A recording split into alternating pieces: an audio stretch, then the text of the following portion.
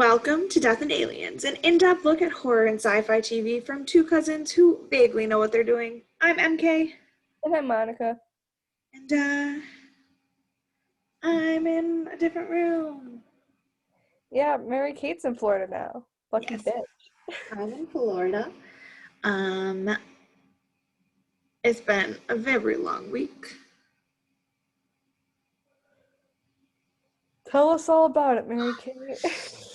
Well, last time I talked to you guys, it was Wednesday, and then Thursday I spent all day packing, and then Friday and Saturday I spent all day driving, and then Saturday or Sunday and Monday I spent all day unpacking. I'm so tired. And my brother proposed to his girlfriend. So now it's official that Renee is now your sister. Well, gonna be your sister. I told her yesterday that when we are all together again, we need to make that TikTok where it goes with my boyfriend, with my husband, because my sister Gabby has a boyfriend, Brianna has a husband, Renee has a fiance, and I'm with my by myself. Oh, I love that. But yeah, so now I'm at my uncle's house, been hanging out with my grandma and my cousins. Yeah, just chilling. Well, I'm glad that you're having fun out there. This week has been not as eventful nor chaotic as your week has been. Yeah. But nonetheless, I mean, if you ever want to know what's going on in my week before I go back to school, this is what my week is: hanging out with my boyfriend, seeing a few of my friends, and that's about it. So, you have friends? I know, it's shocking. I have like 3 besides you and my boyfriend. So there's that. But yeah, no, I've been doing a lot of nothing. I went out to dinner one night. It was good. I had a Monday night. I went to dinner with my parents, and we had seafood. I had a seafood grilled cheese and had lobster, crab, and shrimp on it, and it was actually really good. Yeah, I've been eating seafood too, but in Florida. So I know, it's fucking Florida seafood. I do have a story about food though. Okay, so Saturday night we get here and we call my parents and we're like, listen, I'm just gonna crash with George and Renee at the hotel. We're probably gonna go to bed early. This drive was terrible, and we'll just see you guys for breakfast in the morning. Perfect. Yeah, my sister's flight got delayed. They weren't gonna be back. I think they didn't get back to Naples till like 11, so it was fine. So we get to the hotel, we check in and everything. We decided to DoorDash, and I was like, I want Cheesecake Factory. Mm-hmm. And Renee and George were like, no. And I was like, brown bread. I was like, Cheesecake Factory. They're like, we want something that's like not fried. I go, do you know how many healthy options there are at Cheesecake Factory? Mm-hmm. So we decided on Chinese food. So we ordered from Chinese food, and it was some of the worst Chinese food I've ever had in my entire life. None of us ate our food. And then for the next 2 days, all I kept saying was, remember when we could have had Cheesecake Factory? Yeah. Literally, we opened the Chinese food and George goes, so this is not our Chinese place. Yeah. I mean, granted, there was like 18 Chinese places on DoorDash, and we just picked the one that had the shortest delivery time because we were starving. But it is officially not their Chinese place. Good. At least they were able to weed that out first night there. Yeah. But still don't have Cheesecake Factory. I'm a little butthurt, to be honest. Well, when you come home, we'll go get Cheesecake Factory because I'm wanting Cheesecake Factory forever. I want brown bread. I want cheesecake. I want brown bread. Cheesecake, brown bread. But I did get Chick-fil-A chicken minis. And honestly, the bread that they use for the breakfast sandwiches at Chick-fil-A is what Jesus meant when he said, I am the bread of life. So, at least I got that. Yeah, that's very true. But no, when you come back home, we're going to Cheesecake Factory one day, just for shits and gigs. Okay. Yeah. But I'm glad that you've been having a fun week out in Florida, and I'm here dying still. Yeah, But but at least it's like a normal human being temperature outside there. it's like I'm actually kind of excited because I'm going like with Cody and a bunch of his friends to like have a fire tonight, and I'm like, it's been so hot here, like, and muggy and humid, and then the humidity, like the rain came through last night, and I checked the weather, the humidity is like down to nothing, and it's 66 out today, and it's gonna be 53 tonight, and I'm like, okay, yeah, this is the weather you have a fire in. No, yeah, see, but I still wouldn't like that. Like, obviously, it's 96 here, not ideal, but like, I wouldn't want it to be 66. True. Like, it's sad because it's July and it's 66 out, but I'm also like, fall. So I'm kind of happy about it because I'm like, I get my little like day of fall weather now. Then we'll go back to fucking humid hotness all over again. So. Yeah. So this week we we watched Kolchak episode 11 called Horror in the Heights. Honestly, killer name. Not Yeah. good. It was rated 8.6 stars, which is the highest. Which honestly, me and Mary Kate talked about this before we started recording. We think this is like our favorite episode, hands down. Storyline to execution, like. Yeah, it was great. It was really, really good. I do feel a little bad because I'm used to watching it with my DVD, and watching it online sucks. It does. It will cut out at the weirdest moments to go to commercial, and then Yeah, that was the problem. First of all, I'm used to watching it on a DVD, so I'm not used to commercial breaks at all. The commercial breaks were not in the places that they were when the show aired in 1974. yeah, they were like a few seconds off. So like someone got killed and it was like and then it was like, here's And how it was you. a commercial in the middle of their death, and then when the commercial came back, they were still dying. I was like, what? Yeah. Then it No, would black, like a commercial would air, and then it would start back up at the news scene. yeah, it was. I would like to talk to the people at NBC.com about their commercial placements because they're bad. Yeah, very bad. I'm not mad that I had to watch it with commercials. I'm mad that the commercials were in places that did not make sense. Yeah. And also Also, another. the commercials were so loud compared to the show. Yeah, they were. Watching it last night was probably not the funnest thing. Yeah, watching it at 7:30 in the morning, also not fun. Yeah. I last night, not last night, yesterday. For those who know, I fucking love American Horror Story. Well, the anthology series got released, and I've been watching it. We're not going to talk about it because obviously you haven't seen it, but No idea. good, super good, like practical and visual effects that I'm like I was grossed out, and I'm like, good job on that. And the stories are pretty good, and especially if you're a fan of the original, thing. My TV updates. I talked about what I did, but my TV updates. My friend got eliminated on RuPaul's Drag Race All-Star Season 6, which was sad, but honestly,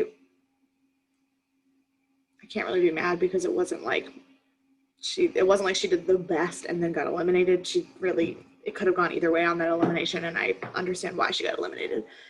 And also, my friend did not get eliminated on Big Brother, even though she was on the block for the second week in a row. Also, it's weird that I have friends on multiple TV shows. Yeah, that is a little strange. I mean, honestly, it's not. Like, I'm an actor. I lived in New York. I know people on, but yeah, I have friends on multiple TV shows, and one got eliminated, one did not. Well, then that's at least good for Brittany. She's 50-50. 50-50. Brittany's sticking it out on Big Brother. So Horror in the Heights was released on December 20th, 1974. And the blurb, which, again, I don't know if this is the blurb that was on the DVD, because I'm not home. But this is the blurb that was on IMDb. Yeah. Residents of the Roosevelt Heights neighborhood are being caught off guard and killed by a demon with the ability to appear as a person they know and trust. Yeah, which as a concept alone, some Right. cool ass shit. Yeah. Like, because that is some freaky, haunting stuff. Like, you know, like, of course, you're going to want to be able to be like, oh, like, are you okay? It makes you more vulnerable to getting killed.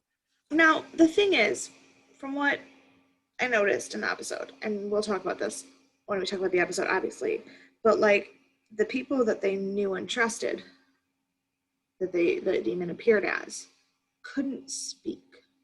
Until the end. Yeah, that was weird. Because I think that they had always had the ability to, it just decided not to. Because Maybe. it was more so them, he was using it as like to lure someone, not to confront someone. When he was faced with the situation where he could have died and he had to basically almost like plead with Kolchak to not kill him, he had to. That's true. It was like you had to work harder. Yeah, and that's the thing is I'm like, oh yeah, Kolchak will easily be able to tell it's not Emily. She's not talking to him. And then she talked and I was like, is it Emily? Yeah, we'll talk about that. So it was directed by Michael Caffey. He directed a ton of TV like everybody else, but he actually did like multiple episodes of a lot of the shows that he did instead of a bunch of one-offs, which was nice. But fun fact about him, he has 13 children. One of his 13 children is Charlotte Caffey, which you might not recognize that name because you're a young child. But Charlotte Caffey was a member of the Go-Go's, who actually is the one who wrote We Got the Beat. Really? Yes. Aww. So, it was written by Jimmy Sangster. He also has tons and tons of writing credits, but particularly in horror. He worked for a British film studio that did a lot of the B horror movies of the 50s and 60s, and he wrote a ton of horror movies. Also, to anyone who's actually watching, say hi to Boo. We got Boo back. Yeah. Boo cameo. But yeah, so we have a writer who actually like has written horror before, which is a change of pace. I would say it's very prevalent, and oh yeah, it's very obvious that he has experience writing horror because the tension, the build up, for how that even this I know will fall more on directing and the cinematographer, but like the way that they showed the monster, but then showed like if you're looking from the character's point of view who's seeing the monster, it shows you their trusted person. But if you're looking from behind it, the monster's point of view, you see a Terry like gross. Yeah. But also no, but even the scenes that were funny, because there was some really good funny dialogue, but even the scenes that were funny weren't trying too hard and they didn't take away from the tension. Like we had that one episode that was trying so hard to be funny that it wasn't scary. This one, like that balance was way better. Yeah, like it made it seem like this is like the most personable episode we had with the characters. Where it's not just like weird, they only go back to the office for like weird one-offs. It's like actual conversations were had. It was like you can tell that they have like there's only one character whose dialogue I didn't think was well done, but also I thought it was on purpose. And that is that Ron was an idiot this episode. He really was. And I loved when Tony spat back at him. He's like, you're really good if you're quiet for, just leave. He's like, you can just go. Our guest stars, again, we have 6. Phil Silvers played Harry Starman. Now, Phil Silvers is uber famous. He place it. What? He is the thing is he's the most famous for is playing Sergeant Bilko on the Phil Silver show, which obviously if you weren't really alive in the 70s, doesn't mean, or 60s and 70s doesn't mean anything to you, but Sergeant Bilko is one of those characters that like extended way past the show. The character, his alter ego, is like an iconic television persona. Okay. But he's won 2 Emmys, he's won 2 Tonys. He, like I said, he was a household name. Sergeant Bilko was like one of the most famous TV characters. But interestingly, while he was on Broadway in the revival of How to Succeed, or no, not How to Succeed, a funny thing happened on the way to the Forum. He suffered a stroke during the run of the Broadway show and was still in really bad health, but continued to act. And like this was the first film thing he did after his stroke. Oh, damn. Yeah. So, then there was Murray Matheson, who played Mr. Lane Marriott, the British Museum guy. He had 136 credits. They were mostly one-offs. None of them really stuck out to me. But the thing that stuck out to me the most was on his Wikipedia.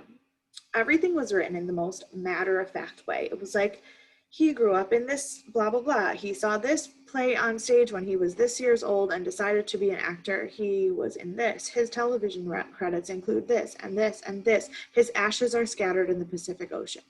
Like, as if it was one thought. I was like, wow. Here's my whole life in 3 seconds. I'm also in the Pacific Ocean. Like, there was nothing about how he died. Nothing about, like, why. Just point blank, his ashes are scattered. Done. Yeah. I was like, oh, okay. Well, if LMS needs a reporter like that, who just needs you to get to the point of a story, I guess they should look at the person who wrote that freaking Wikipedia article. Kolchak did not write his Wikipedia article. Yeah, obviously. Duh. Now, the next actor, I have things to say. No more astrology for dogs on this one, right? No.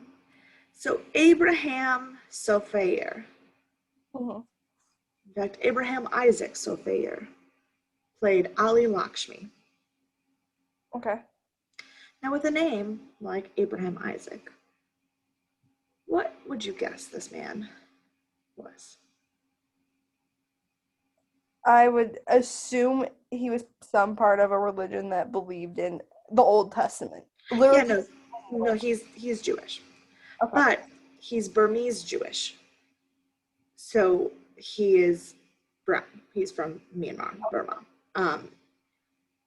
Now, of course, to have a Jewish man playing the only non-Jewish character in the show is kind of ironic. Yeah. Especially with the supposed Nazi innuendos, which, again, we'll get into that because they were not. Swastika. I mean, they were not. But anyway. But he had about 144 credits. He actually retired from acting in 1974, and Kolchak was his very last acting appearance. But his IMDb kind of made me upset. Because he was Burmese, and he was acting in the 40s and 50s and 60s, it meant that his identity was brown. Mm. So he played a lot of Native American characters. He played basically every Indian character like possible. He played Hispanic characters. Like they just were like, if it's brown, we got you. Yeah. Damn.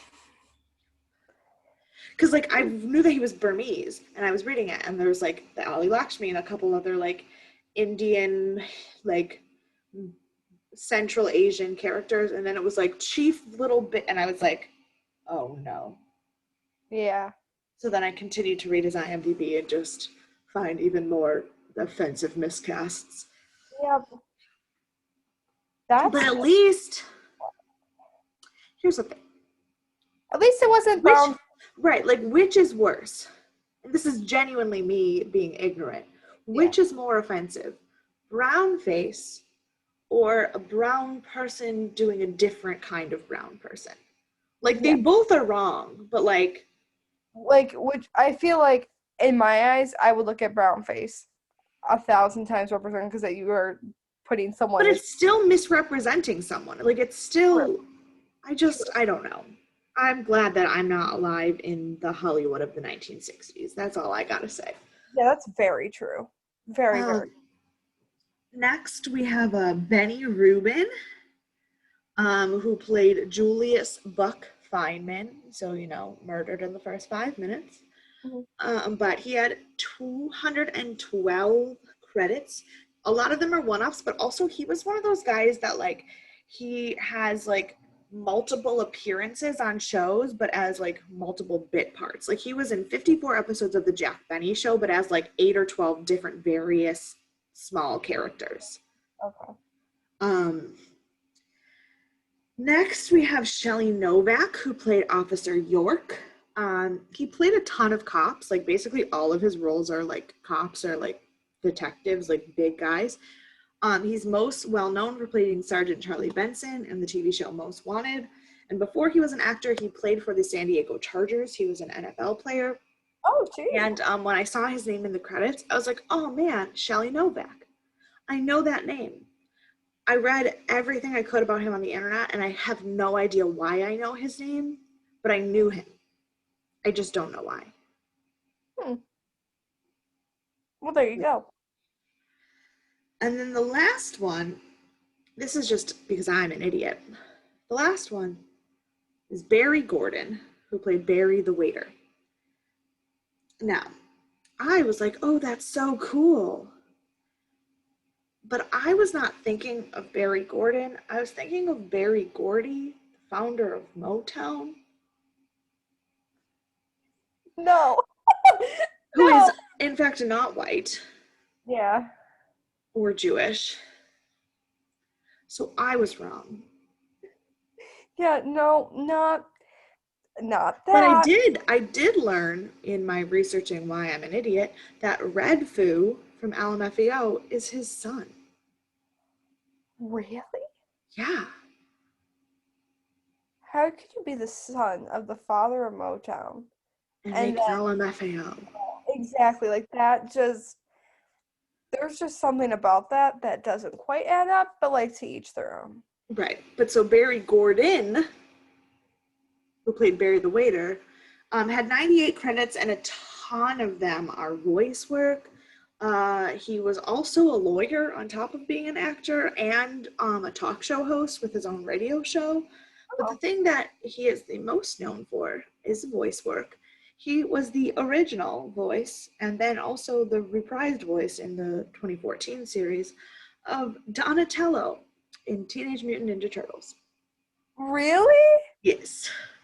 Oh, that's cool. So, we got some cool guest stars, but Berry Gordy of Motown is not one of them. Yeah.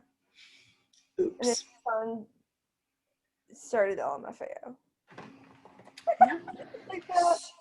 Oh.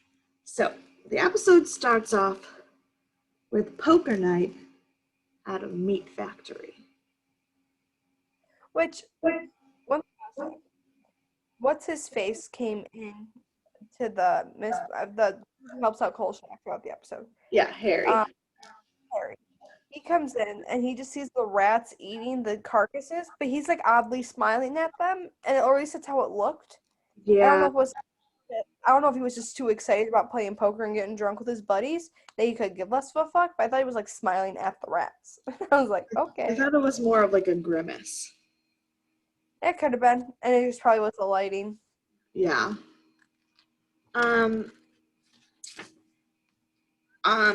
So they are gonna go play poker, and the guy who's the first murder victim is described as a cantankerous old man who is very bad at poker and loses 75 cents every time they play. And I said, holy cow, I want to play a poker game where losing 75 cents is like a big deal. Yeah. The 7. So they need glasses for their wine. So he goes to get the glasses and he sees his rabbi. Now, I understand that the rabbi is the person he trusts the most in the world. That's the point of the Rakshasa appearing as the rabbi. If I saw my rabbi crouching behind a garbage can full of rats, I would have more questions.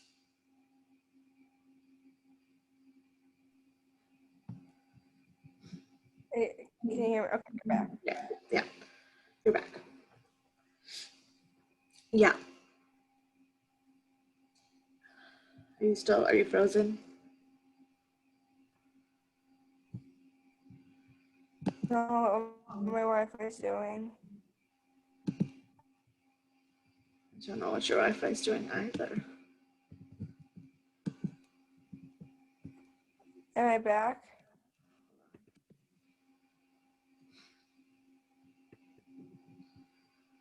Hello?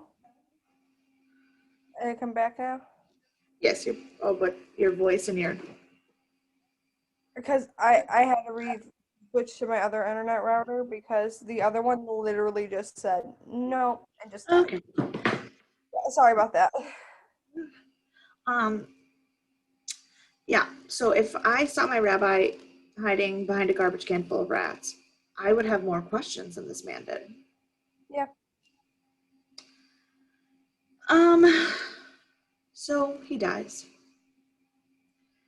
The police officer tells Kolchak that he died from old age and boredom, which might be my favorite cause of death I've ever heard. Yeah, that's how I'm gonna go out. Old age and boredom. But my favorite part is that Kolchak looks at the body and agrees that that was what killed him. I have no idea how you can look at a dead body and be like, yes, they were bored to death. What? Different talents, man. So Kolchak goes to talk to the other poker guys to get information on the dead guy. And we get another one of Kolchak's famous, that wasn't me, that was my brother. Yeah. Incidences. Because, Kolchak likes to lie and pretend he works a lot of places that he does not. Exactly. As we saw last week at the hospital. He was a construction worker, a doctor, everything. But a reporter.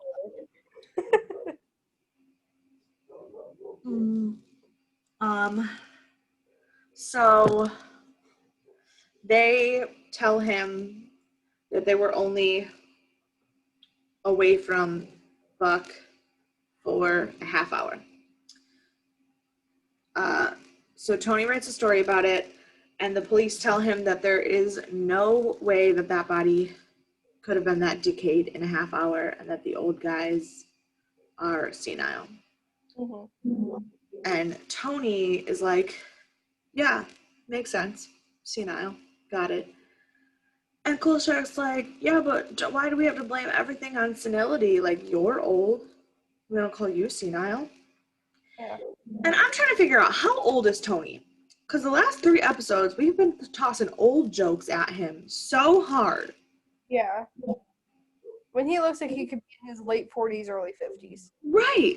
Like, he doesn't look that much older than Kolchak. Yeah. Maybe 5 years older at the most. Why are we throwing old man jokes at him? Exactly.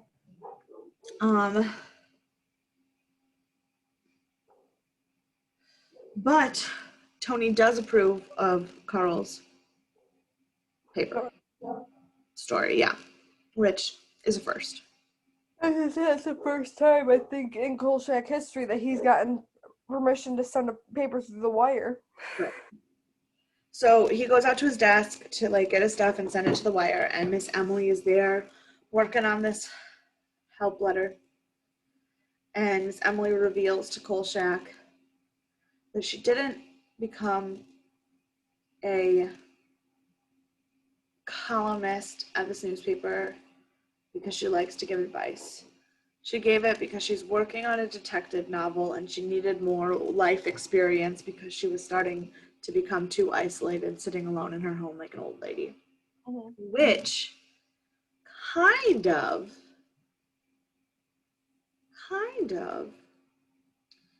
fixes the plot hole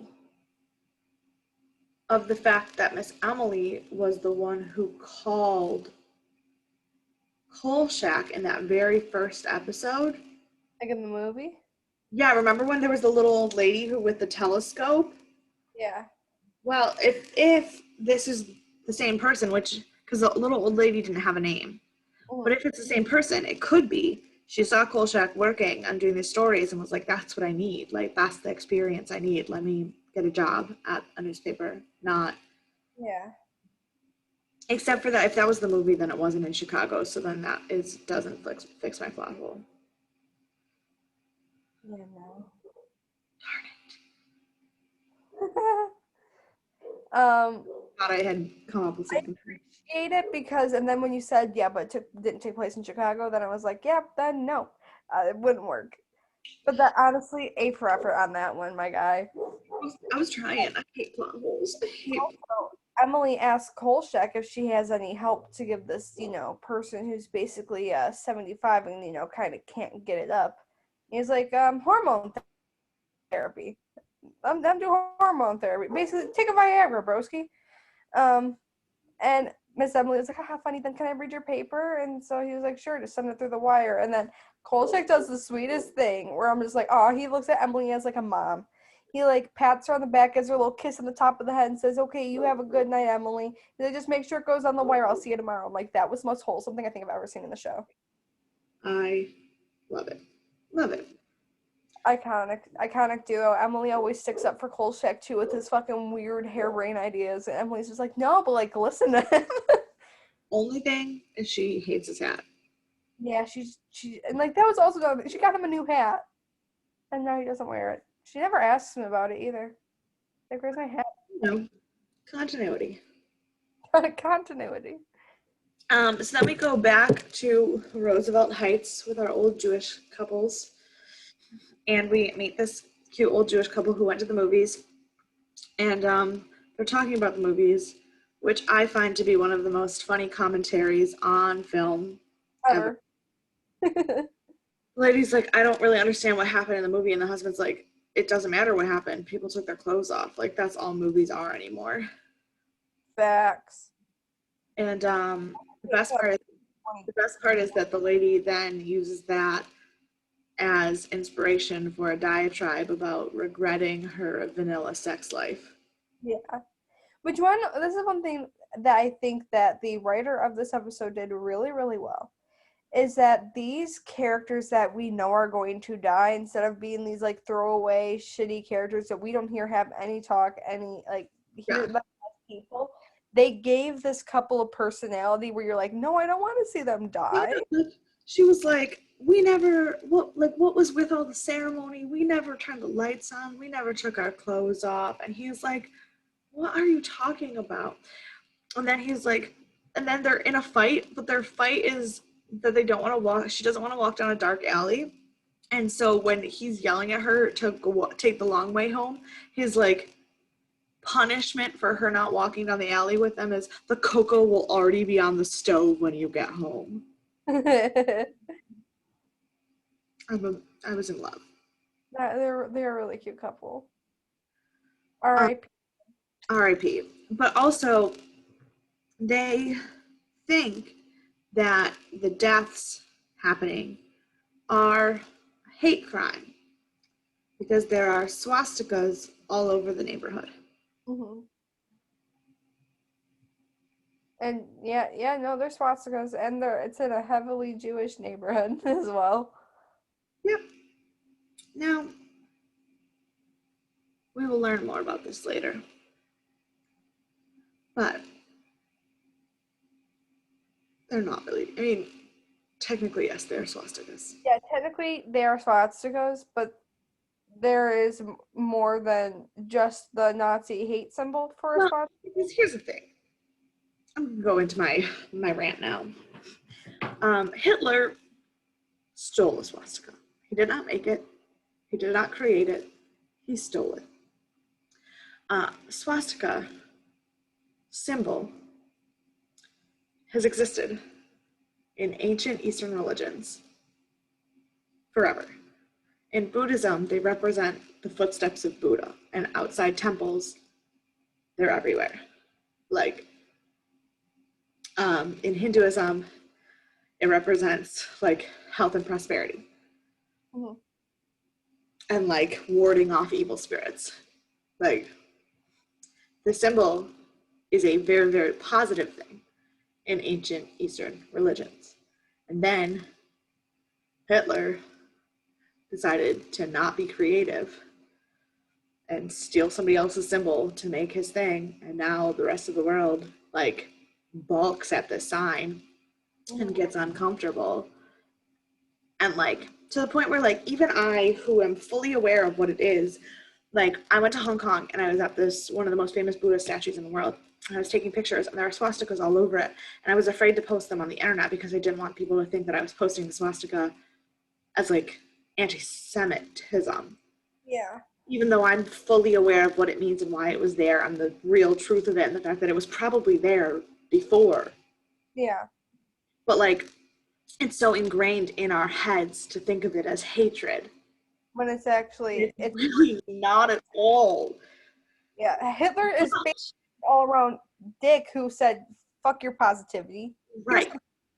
All that being said, I do not expect ever for a Jewish person in their own neighborhood to be like, yeah, well, it's just a symbol of prosperity in Hinduism. I feel no aggravation toward it. Like, I would never for a minute ask someone who has actually been victimized by that symbol of hate to ignore that it has been used as a symbol of hate.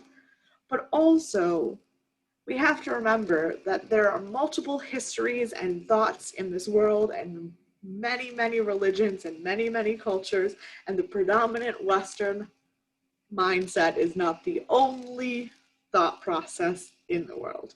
Yeah.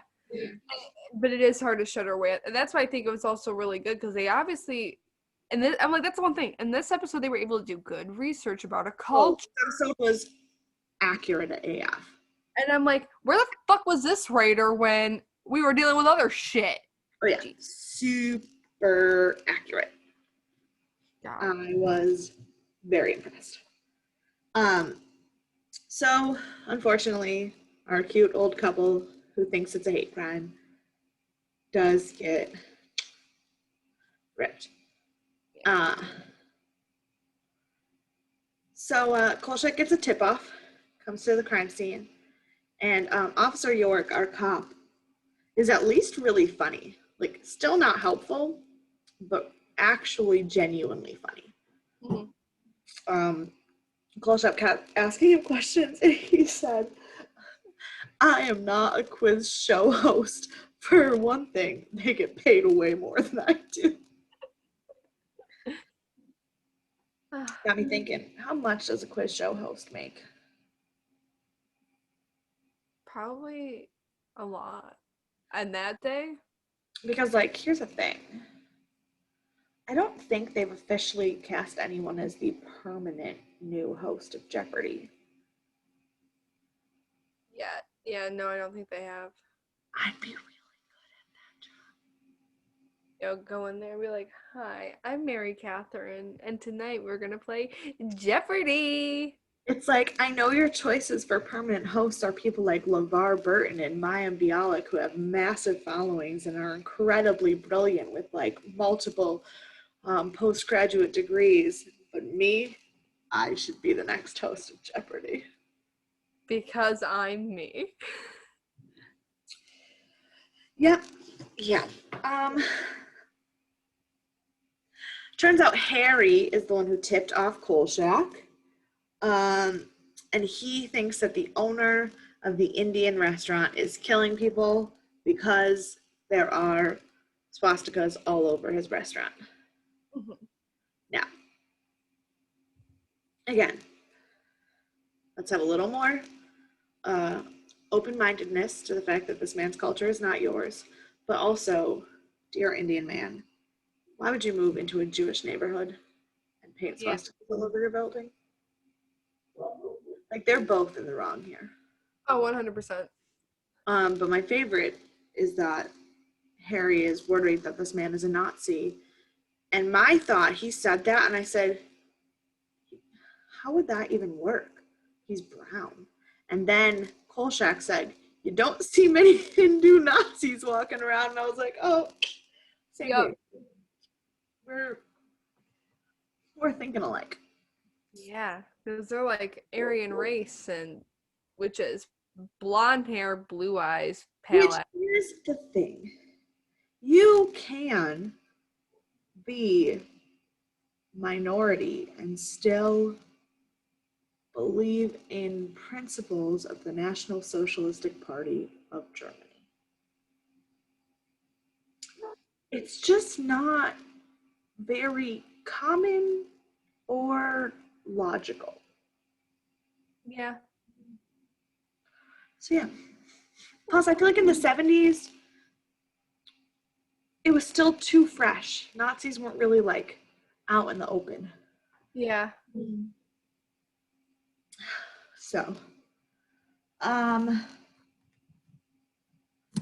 so then they go to investigate the symbols, and the Rakshasa appears to Harry as Kolchak.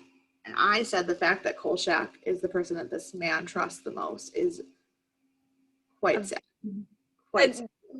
Vincenzo also makes that a point later on. Yeah. Later on, Vincenzo's like, and you are the person that this man trusted the most? That makes a hell of a lot of sense. Mm-hmm. Me too, Tony. Me too. Because it doesn't. But then we actually hear the word Rakshasa for the first time because the Indian restaurant owner comes outside and says it.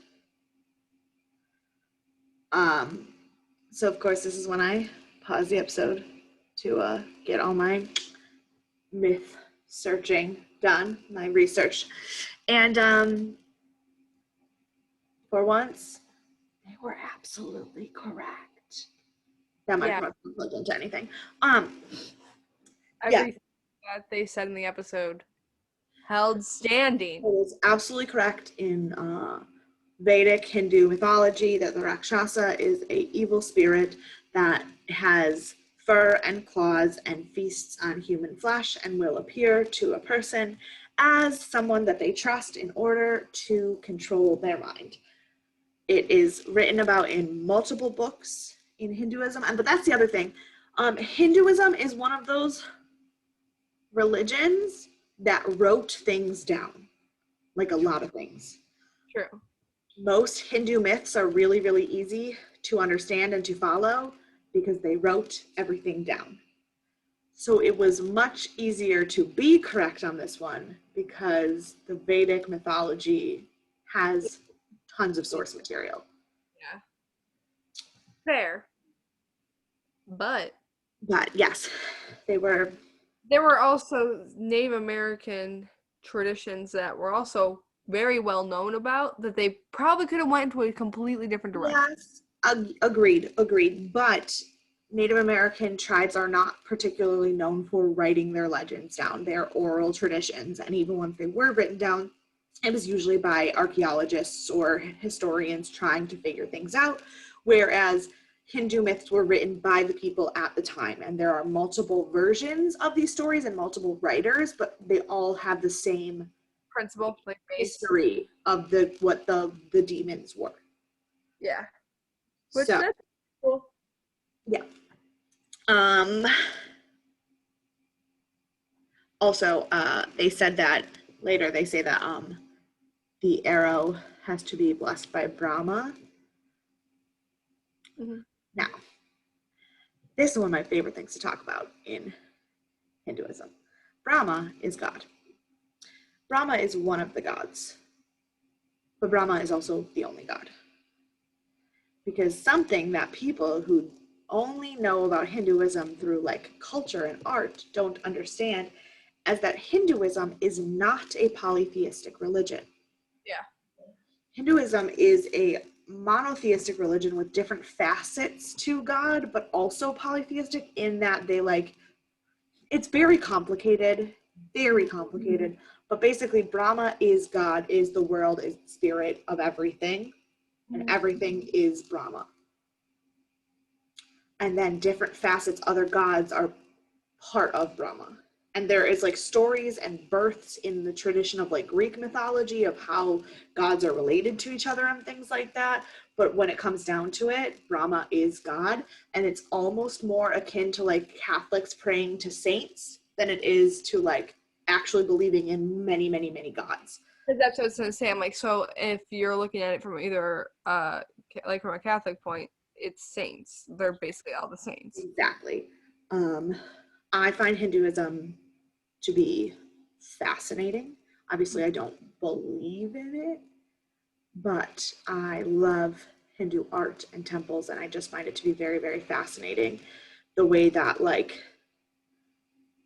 so many things that they believe are like, they had beliefs about things that like fall into line with science that before they knew what science was, they just like made a myth to explain it. And like these gods like represent things that we have then discovered in science. And it's just fascinating. Like You're like, damn, were these motherfuckers like right, like the like stories about like stories about like monsoon season and when the rains come and things like that, which like in India it really does, it rains like for like 4 or 5 months straight, and then for like 6 months it doesn't rain at all. Well, there were stories about the gods of the water and like why they come and what you have to do to make the rain come back and blah blah blah blah blah. And like scientifically we know that it's because of seasons, but like in 200 they didn't know that.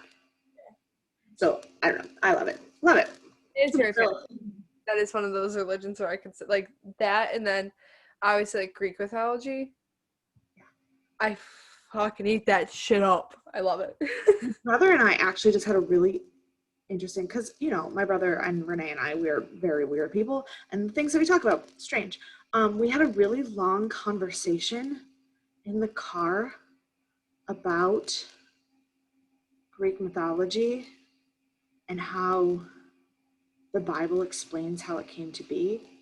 So crazy. Oh fuck. I don't have time to have this whole conversation right now, but if anybody ever wants to know that, send me a message and I will rant at you about the Bible. Well, after this, Kolchak gets arrested again. yeah, he gets arrested because he's taking pictures of this man's dead body after he got freaking clapped and his face chewed off. And nobody's around, and except for Kolchak. And Kolchak sees police officers and he said, "Boy, am I glad to see you." And they say, "Yeah, I bet you are." And he gets arrested again. But then, my favorite thing about his arrest is Tony's reaction to his arrest. Like, I don't think we've seen Tony, I think, bail him out once, but this time he was like, "What the fuck? Like, you don't have any grounds to arrest him." Tony, clearly, as angry as Kolchak makes him, he would rather be angry at other people. Like, it's like Kolchak. It's like when you have a little brother, like, who pisses you off, but only you are allowed to be pissed off at him. Yeah. It's like, then when you find out someone else is being an asshole, and go, "What the hell? You're not allowed to say that to him." And they go, "Well, yeah, but you just called him a dumb bitch." And I'm like, "But I can. You can't." My dumb bitch, not yours. Exactly. But Tony got very defensive. He was like, "What are they doing, you, Carl? Are you all right?" And I was like, "What the fuck?" It was just so weird. Carl's like screaming. Yeah. Because he was mimicking the whole. He was like, "Yeah, I heard him walk down, and he was talking to someone, and they went, ah!" And then Tony went in there and heard yelling. If you were explaining a crime to a police officer, why? Why would you actually scream? You're assuming a normal person is telling somebody a story to the police officer. This is Kolchak. Why would he not scream? I don't know. So then Kolchak goes to talk to an exterminator to find out if it is possible for rats to have eaten the bodies as badly as they were eaten. And the exterminator says, Yeah, no. they can Well, he said they can clean a whole animal carcass in 12 minutes. Yeah, a beef carcass in 12 minutes. And he said, what about a human-sized carcass in 1 minute? And the exterminator said, now you're getting into piranha territory, my dude. Like, no. Yeah. So, you know, in the next step of investigative journalism, Kolchak goes to the restaurant to get more information. Oh, hi, Boo. My dog just decided to walk on the keyboard. So he goes to the restaurant and he meets Barry the waiter. And Barry the waiter is telling him about all of the strange things that his boss has said at the restaurant. Now, I didn't really pay attention to what Barry said because I was very, very distracted by something very, very small, but very, very wrong.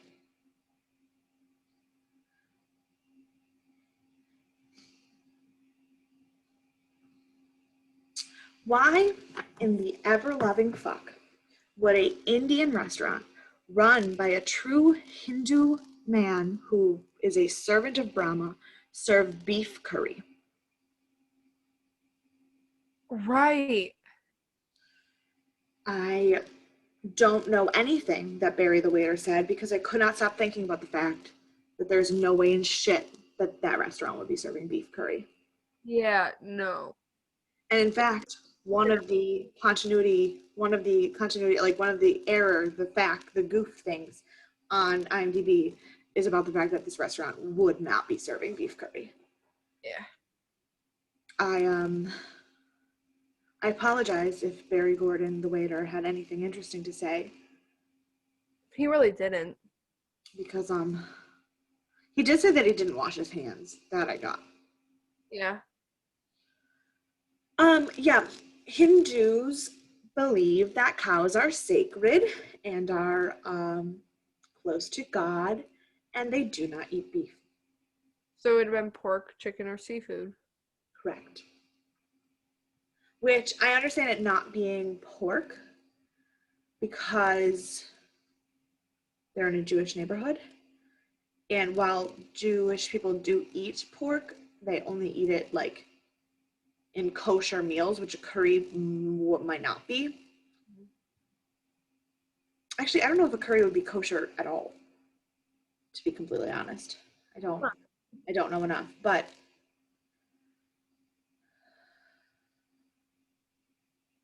yeah, it should not have been beef. Yeah. They just made it like chicken. Yeah, chicken. Chicken is harmless. Chicken is not against anybody's religion. That I know of. Well, unless you're vegan or vegetarian, but those aren't religions, those are lifestyles. And they're dumb. Just kidding. Dumb. No, if you don't eat cows, chickens, or anything like that, good for you. But I will. Yeah. Oh.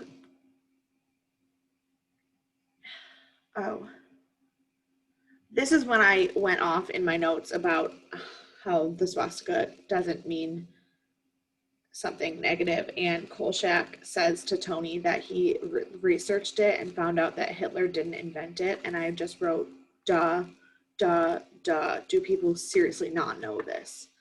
And then I realized that a lot of people seriously don't know this, even now in 2021. I mean, I didn't until I watched this episode. And then you confirmed it for me, and I was like, okay, I know we're good. Yeah, no, yeah, I had a very long rant in my notes, but I already talked about that. So I won't go back into it. But Kolchak is explaining everything to Tony. And he says that the old Indian man had a crossbow. Oh, sorry, because after he leaves the restaurant, he sneaks into the old guy's house and looks around, and there's like a full temple room inside this house covered in these swastiks. And the old guy shows up with a crossbow and tries to kill Kolchak because he thinks he's a Rakshasa. So Kolchak is telling Tony all about this. And Ron interrupts Kolchak's story to talk about a fun fact about the crossbows versus the longbows in the 100 Years' War between the French and the English. And I wrote, Ron is me, and I hate him. Because I would be the person to tell unnecessary stories about crossbow facts. Yeah. And then that's when Tony's just like, you know what, Ron? You can leave. Like, and then he just keeps like staring back into the office like. And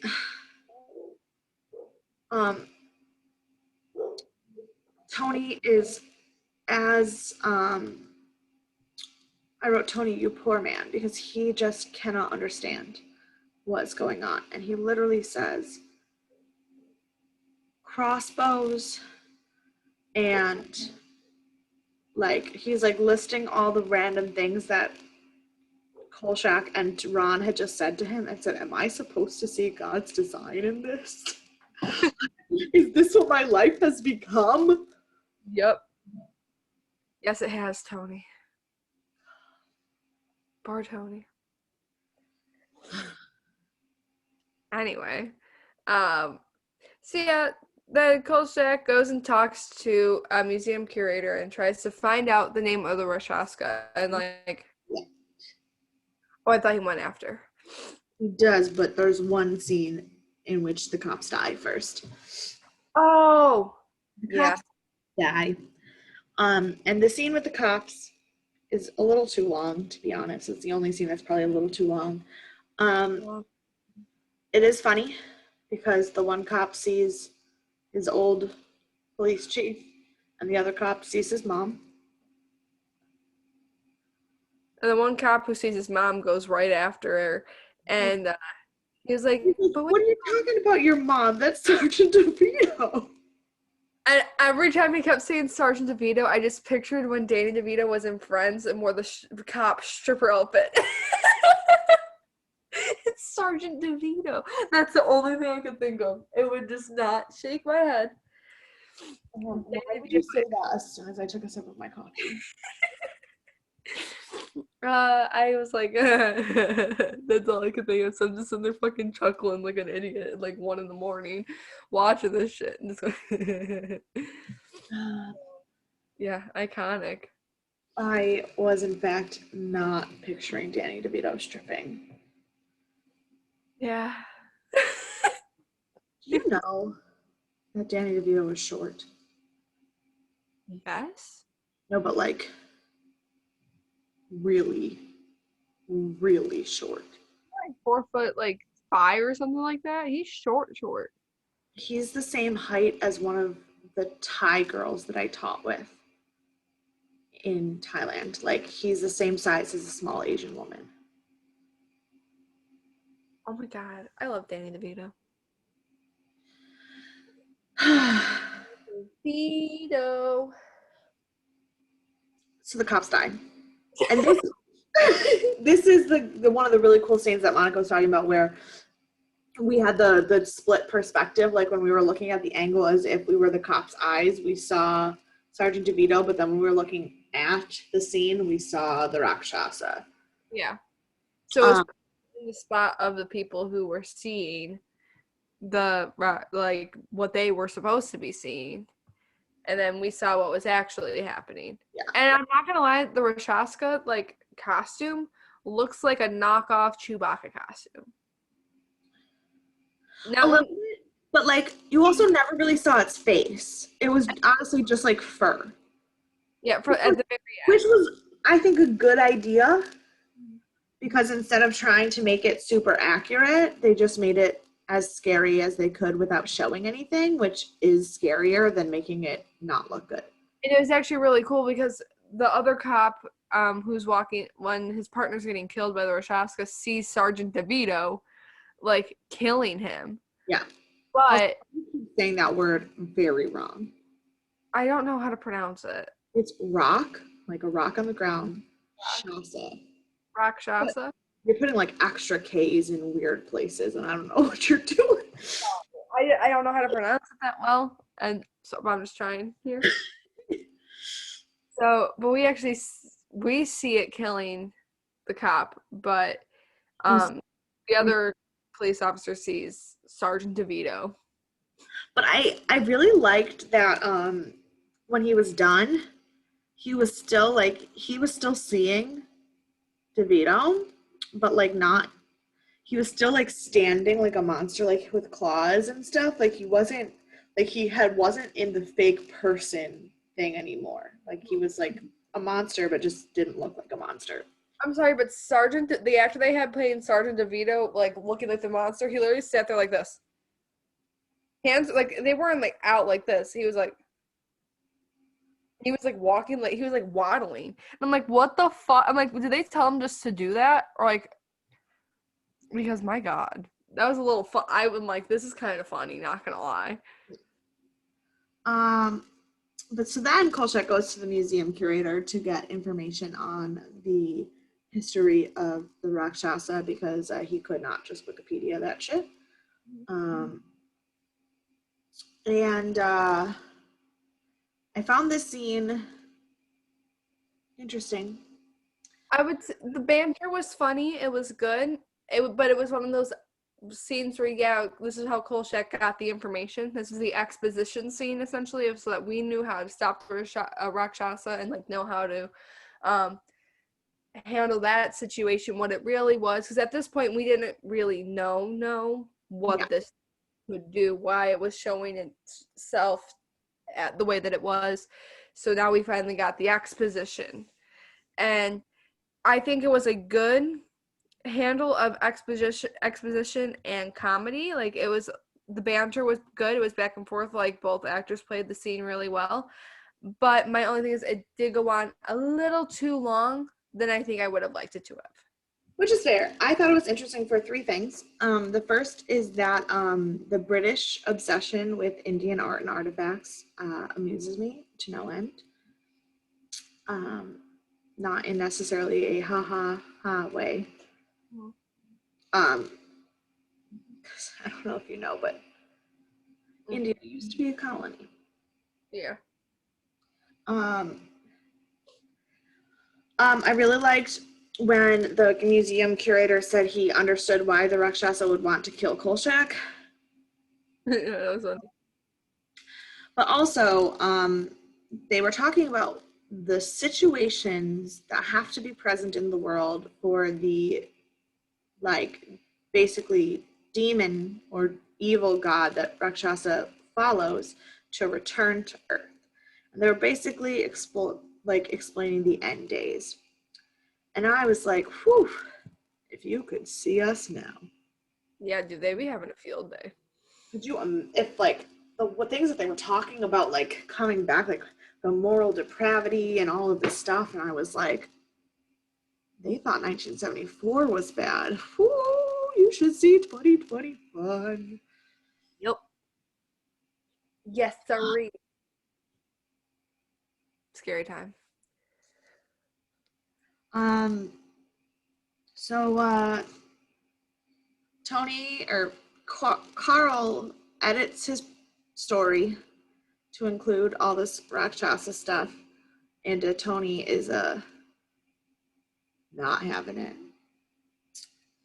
And I wrote, after this long, you would think that Tony would either stop doubting Kolchak or just straight up fire him.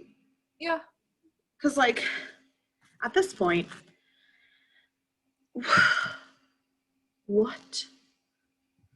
Maybe when there isn't a supernatural being terrorizing the neighborhood, he actually is a really good news reporter. Which I guess makes sense, because we only see the horror elements, and obviously this is not happening every day. There's not supernatural beings descending upon Chicago daily. Yeah. So, like, and clearly he has done other work because, like, you know, he pretended to be the health inspector and things like that. So, like, I guess, you know, must make up for it, because, like, if I was Tony, I would be done. Yeah. But this one, Miss Emily gets aggressive with Tony and yells at him for talking shit about old people. Because Emily is a sassy Mama Jamma.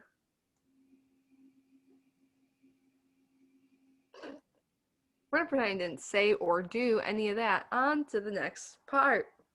So Kolchak goes back to Lakshmi's house to talk to him, and the man is dying. And he's like, listen, I've been traveling the world for 60 years, killing all the Rakshasas. It's my job. I'm a servant of Brahma. But I'm going to die now. So take these arrows. Peace. Mm-hmm. But actually, what he does at first is like, the person to follow in my footsteps must be someone who has a clear mind and is honest and brave. So you should go home. Yeah. But then he's like, shit, there's really nobody else. Here, take these arrows. Yep, kill it.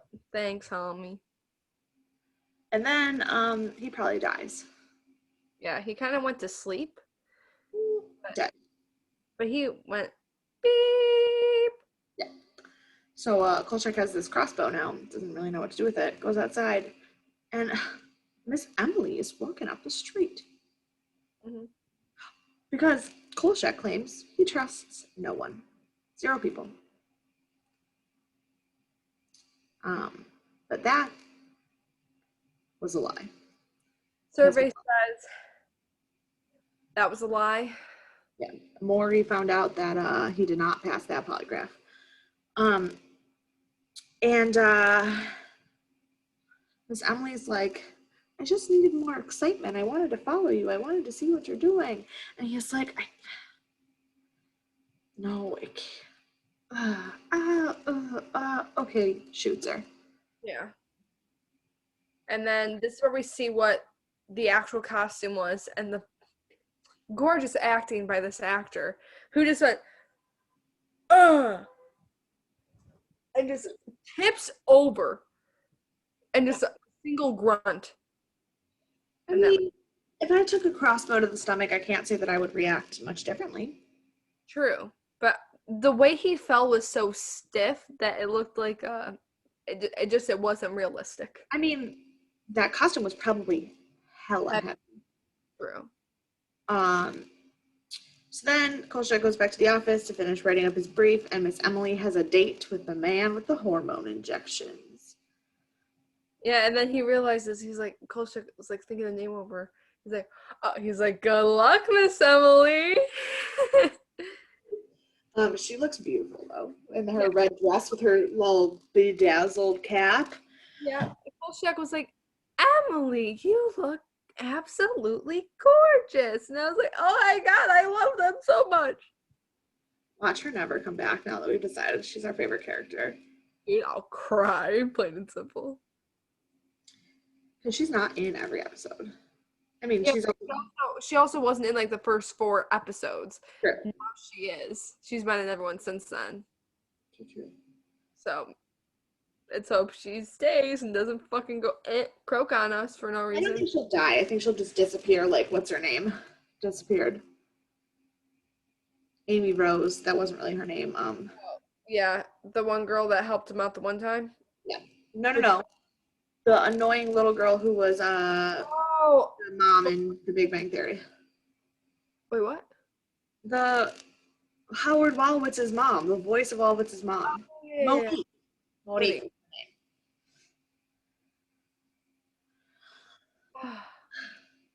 It was a really good episode. It really was. And hopefully you've seen it too, so that you also can agree with us in the fact that this is deserved, I think, the best rated episode so far. Oh yeah. So, you ready? Yes, I am. So, goofs. Continuity. At the very beginning of the episode, you see Kolchak's yellow Mustang convertible with the top up from a distance. In the very next shot, closer to the car, the top is down. Okay. Factual errors. Ooh, this one we have to talk about. Kolchak correctly cites the fact that the swastika is an Indian character used to ward off evil, but the Indian swastika points to the left. The Nazi swastika, or the Hakenkreuz, as the Germans called it, is reversed so that it points to the right. Many of the swastikas on the back of the Indian restaurant are Nazi ones. That is incorrect. That is not true. That is not true. The Sanskrit swastik does have two different directions that point two different ways, and they mean two different things, but they're both positive things. One obviously represents the prosperity. To the left represents prosperity, blah, blah, blah. To the right represents a specific deity. Also, like the Buddhist one more closely looks like the Nazi one. Now, the biggest difference, which people don't really do correctly, is that in official Nazi symbolism, the swastika was not up and down, straight up and down. It was tilted, which doesn't really matter. But if you look it up, they're pointing the same way. That is not a correct actual error. Debunked. And then, an Indian restaurant owned by a practicing Hindu would be highly unlikely to serve beef curry. Yeah. That is. Revealing mistakes. Just after Harry Starman points out the Indian restaurant to Kolchak, Starman pushes off from a park bench, which visibly moves, revealing it to be a prop. I didn't even notice that. Well, me either. Errors in geography. Although set in Chicago, the Goldsteins are seen exiting the Regent Theater in downtown Los Angeles. In the background is the Hotel Rosslyn, and further down the street they cross Winston Street, all in downtown LA. The only heights in Chicago would be the elevation referred to as Blue Island, which runs from roughly 103rd and Western down to the community of the same name. It wouldn't have been anywhere near downtown. And additionally, it wasn't a rundown in the area in the 1970s when the series was filmed, and remained one of the better areas of the city until the 2007-2008 housing crisis. Interesting. So basically, the area of Chicago did not exist. Thank you. Yeah. Those are our goofs. Trivia. Some news articles and magazines have stated that Richard Kiel played the Rakshasa, that is spelled wrong, the Rakshasa, although he did not. The uncredited actor has not been identified by any official source. I have no idea who it was.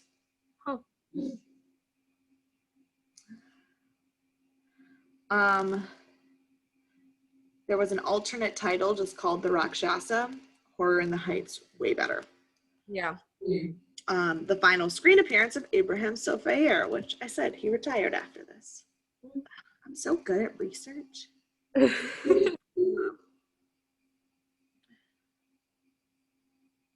Gary Gygax credits watching this episode as the inspiration to include a Rakshasa in the original D&D monster manual. Really? Ooh, we should tell Cody and George. Yeah. We'll have a blast. Jack Burrell, the older brother of comedian Milton Berle, plays the rabbi, uncredited. Oh. Phil Silvers has no lenses in his glasses. He rarely did. They were just a prop until later in life. I was going to say, I'm like, yeah, there were no lenses in his glasses. I noticed it. But that's kind of normal when they have actor glasses, at least in that time. They didn't have. Now they have like lenses that have no prescription or anything like that.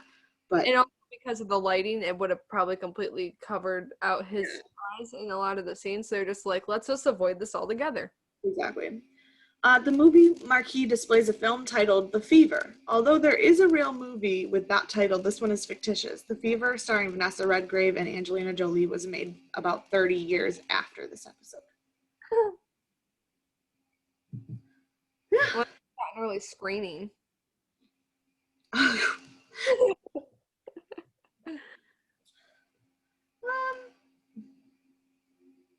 Let's see.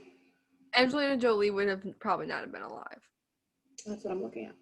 Or an infant. Yeah, nope. She was born in 1975. She was not born. A year before. Wow, it was like made in the stars for her to be in a movie called The Fever. And I hate haha jokes. yeah. If you want to see more funny haha jokes, be sure to follow us on Death and Aliens on Instagram and Twitter. And if you like the jokes, you can email us at deathandaliens@gmail.com. You can follow me on Instagram and Twitter at EMKAY_superstar, although I'm not really that funny. And then you can just see me. I've rarely posted on Instagram and Twitter for the past few weeks. I haven't really posted. But if you want to just see whenever I do, you can follow me on Instagram at monica.lin_ and on Twitter at mon_lin_. I did try to change the Twitter name yesterday. Wasn't happening. Didn't work. So, and I'm not changing my Instagram name because it also matches my TikTok name. So if you want to follow me on TikTok, you can do that too, which I highly suggest you don't. And it's okay. I posted a video on our Instagram that I had to make on TikTok to use the sound. So my TikTok name is, I mean, it's the same as everything else, but it's on Instagram. And I was like, God, I hope people don't follow me on TikTok because of this. yeah, just don't touch the TikToks. Don't. I literally don't post anything. I haven't posted anything since May on TikTok. So I post kind of frequently, but not like crazy. But the stuff I post is cringy. Yeah, your TikTok is hella cringe. But it's also hella fucking cool because it's like yeah, I'm cringy and I know it. It's not like me doing this thing, taking myself seriously. It's me like making a joke within a joke. So I'm like, yes, I'm cringy. I'm aware. That's the point.